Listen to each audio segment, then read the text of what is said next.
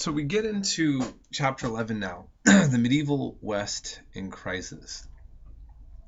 And I'm going to, throughout this lecture and really end this on thinking about how timely some of the aspects of this time period are in terms of some of the things happening now. And I'm not sure if any of you were seeing any connections, with some of the issues going on in the modern world. But I think that there's a lot to be drawn from this chapter to kind of meditate upon in terms of what's going on now. In any case, I will just get into the lectures and we will discuss some of these points here. We're going to be talking about the issue of death, economic turmoil, age of warfare, church in turmoil, and the issue of cultural loss. Okay, so these are going to be some of the themes. Here is a portrait of a sultan.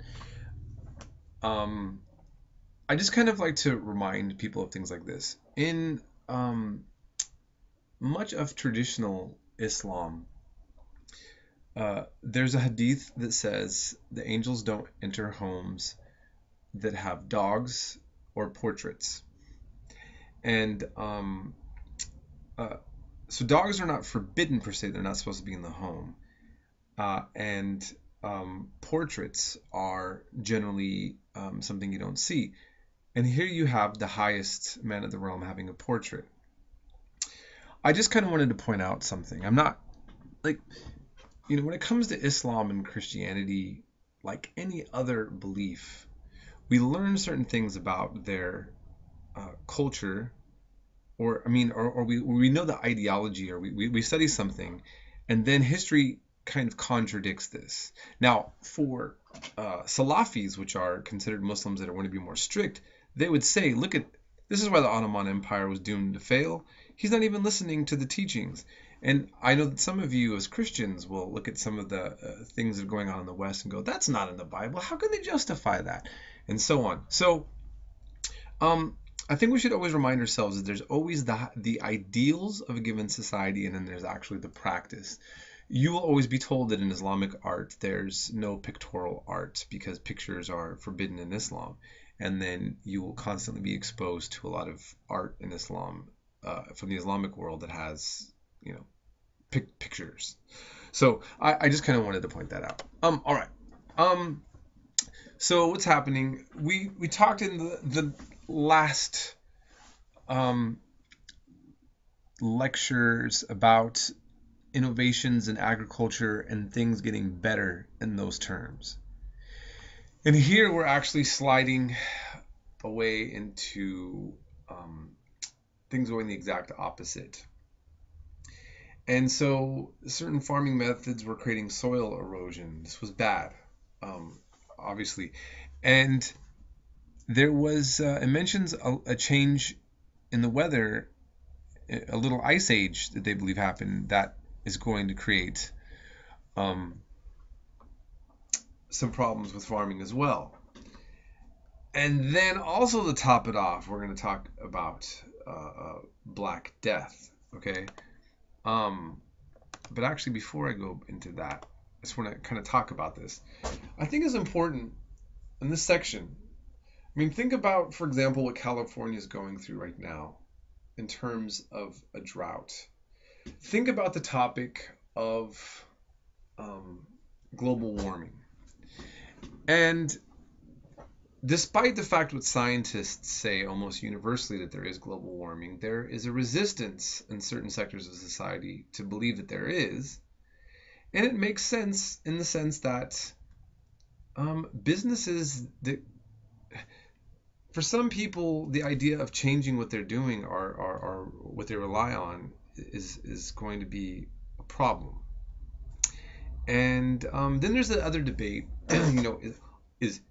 people say, well, there's always been these kind of things, trying to cut back on emissions, or these stupid environmentalists are just trying to act like, if we do all these things different, and yet these things have always occurred. This is kind of the other comment.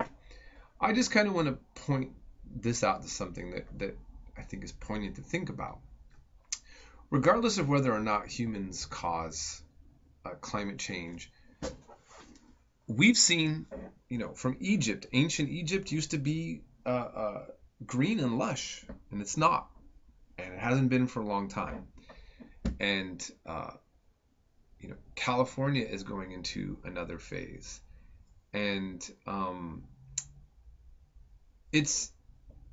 I think that when we're looking about even choices of agriculture, high water demand, lawns, all these different kind of things, we should remind ourselves, not in a grim way, but that if humans don't kind of acknowledge or adjust to shifts and things that are happening in nature, that it can go from bad to worse.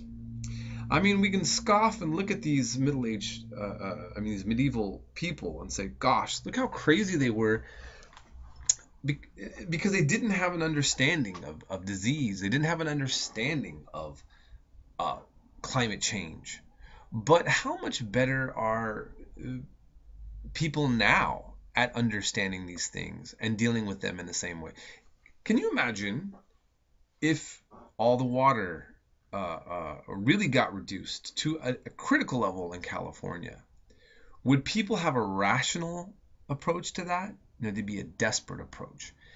And if somebody, blamed an ethnicity on it or something like that, there'd probably be a good chunk of people who bought into it. And so there's, I just feel that looking at the way there is societal tensions taking place between the economies and weather conditions and resources in the world, and looking at how people react to these things now as opposed to then, sometimes I'm not sure if modern societies are much more rational in these times, because what you have is a kind of collective panic.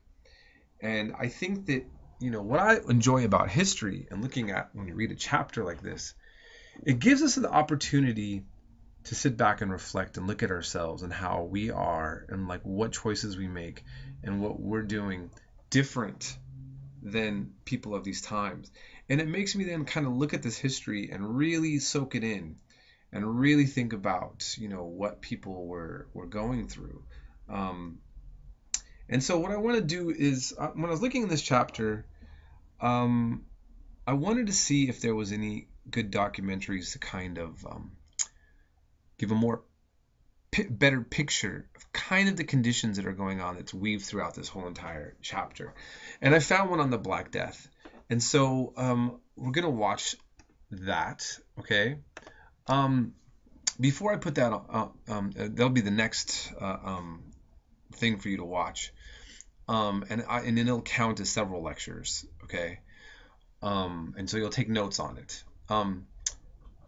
The spread of Black Death, I mean, you look at these each year as it just kind of boom, boom, boom, boom, like a nuclear bomb or something. I mean, it's so horrifying. But, you think about Ebola or even some of the lack of rationality people are even having over, that now, and the fear that it inspires in the United States now, and a kind of negative view that people have that are now having towards people that are coming from Africa, and fear. And you look at this and you look what can happen, and the different things and that contributed to it. And I think it's just kind of mind-blowing. But I'm going to have us watch this documentary, take notes. I'm going to go back and do lectures on some of the other points of the chapter, and then we'll kind of like weave it all in at the end. Okay, stop here and move on.